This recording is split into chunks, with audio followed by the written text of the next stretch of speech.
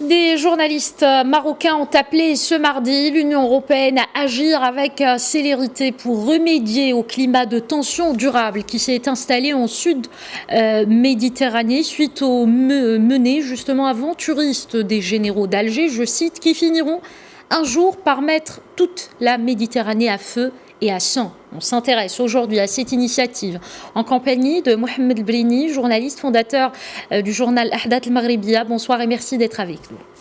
Bonsoir. Il s'agit donc d'un appel adressé par des journalistes marocains à l'Union européenne. Comment l'UE peut-elle remédier à cette crise ? Non, c'est un appel à la raison, c'est un appel pour imposer aux généraux algériens de revenir à la raison, parce que la situation s'est dégradée tout le long de ces derniers mois d'une manière vraiment dangereuse. Ils ont commencé par envoyer dehors de militaires, enfin armés, pour empêcher la libre circulation entre le Maroc et la Mauritanie. Ils continuent à nous harceler quotidiennement et à parler de victoire, etc. Ils ont mené une campagne offensive à l'Union européenne, à l'Union africaine contre nous. Ils ont été leur parlement, et là c'est une première, leur parlement qui envoie une lettre à Joe Biden pour lui intimer pour lui demander de revenir sur la reconnaissance du ZA. Donc et ils sont arrivés à un point de paroxysme, maintenant un point très dangereux. Ils ont porté atteinte dans l'une de leurs chaînes officielles, parce qu'en Algérie, il n'y a pas de chaîne vraiment indépendante, et ils ont porté atteinte à nos institutions sacrées. Et là, c'est un point que nous ne pouvons pas, en tant que journalistes, qui avons suivi la situation, qui avons suivi ce conflit que l'Algérie met contre nous depuis son début, nous n'avons pas à notaire. Donc, nous avons uniquement appelé à la raison, parce que les Européens avec qui nous partageons la Méditerranée, les Européens dont nous constituons le Maghreb, peut-être le rempart qui pourrait nous aider contre le terrorisme, contre l'insécurité, contre l'immigration. Un partenaire sur plusieurs niveaux. Tout ça, l'Européen doit savoir que le régime militaire algérien est sur une pente très dangereuse et que à tout moment il pourrait faire basculer toute la région dans un embrasement peut-être incontrôlable. Exact, et ça va être ma transition pour la deuxième question. Les signataires de la pétition, justement, tirent la sonnette d'alarme sur ces tensions dans le sud de la Méditerranée, des tensions qui risquent, vous l'avez dit, d'embraser toute une région. Quels sont concrètement les risques ? Les risques, c'est que c'est un régime qui est aux abois. Le régime militaire est aux abois en Algérie.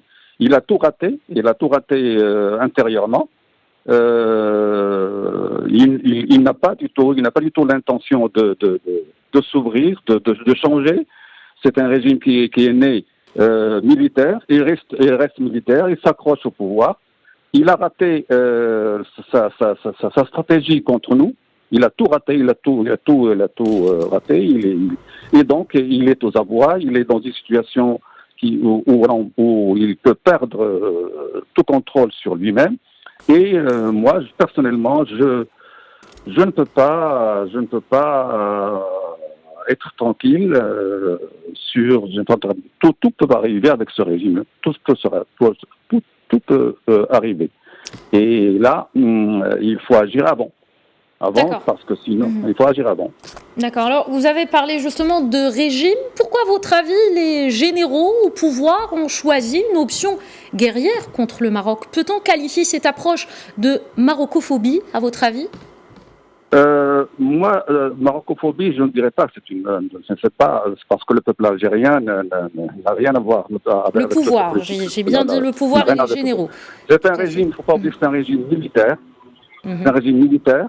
Et ce régime militaire ne peut pas accepter qu'à ses côtés, il y ait une société ouverte, une société où il y a le pluralisme politique, une société, un pays qui avance, qui n'a pas de pétrole, qui n'a pas de gaz, et malgré tout, il fait beaucoup d'efforts pour se développer. Il ne peut pas du tout. Pourquoi ils ne veulent pas ouvrir les frontières? Parce que ce régime a peur que les Algériens venant au Maroc vont comparer la vie ici et la vie là-bas, et bien entendu, ça encouragera davantage les revendications démocratiques.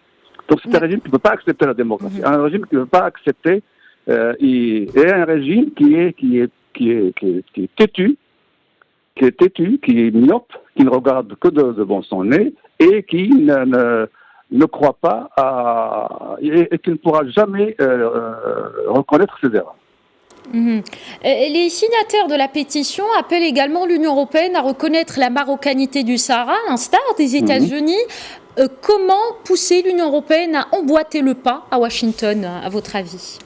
Si l'Union européenne veut que ce problème soit réglé définitivement, et pour aider à la solution politique que le Maroc propose, c'est-à-dire l'autonomie dans le cadre de la souveraineté marocaine, si elle veut que ce problème qui dure maintenant depuis plus de 40 ans voit une solution politique sous l'égide des Nations Unies, ils doivent renforcer.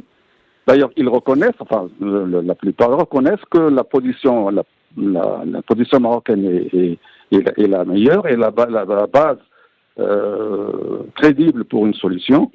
Pour appuyer cette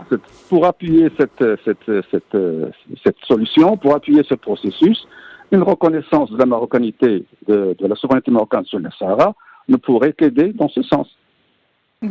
Parfait, merci beaucoup à Mohamed El-Brini. Je rappelle que vous êtes journaliste fondateur de l'Ahdat Al-Maghribiya. Merci d'avoir répondu à nos questions.